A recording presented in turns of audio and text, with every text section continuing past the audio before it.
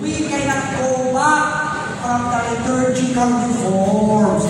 Father, ba't hindi naman tayo magbalik sa dati na lahat, lahat ng misa, lahat ng memoria niya, we cannot go back there. Sabi ni Pope Francis, okay.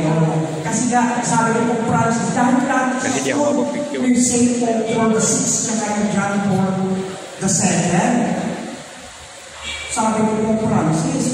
sabi ni Pope Francis, kung gusto niyong bumalik tayo sa Latin Mass, dapat magsalita kayo ng Latin. Pagdating natin, yung salita ng mundo, eh di pagkalatin ulit tayo. Di ba? Eh ngayon, hindi na eh. Hindi natin kasalanan yun. Bakit inalisin natin? Hindi tayo nag-alis. Pusang namatay. Kasalanan mo natin. Ikaw kasalanan mo na hindi ka marunong natin.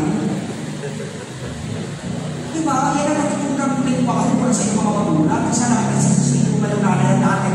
Natin, buruha ka, maninigyan na natin. Ako buruha ka, saan ko naman matututunan yung natin? Diba? Mapaganyang bagay. Huwag natin ipili ang pusak ng namatay dahil pinagpitasan ng panahon. Kahit yung language ng Jesus ay mamamayarin kasi ito sa iyong araw, kung nagpitasan ng panahon, hindi natin pinagamit. Diba? Huwag natin buhayin ang isang bagay na pusak na matay sa panahon. Next page. Mystery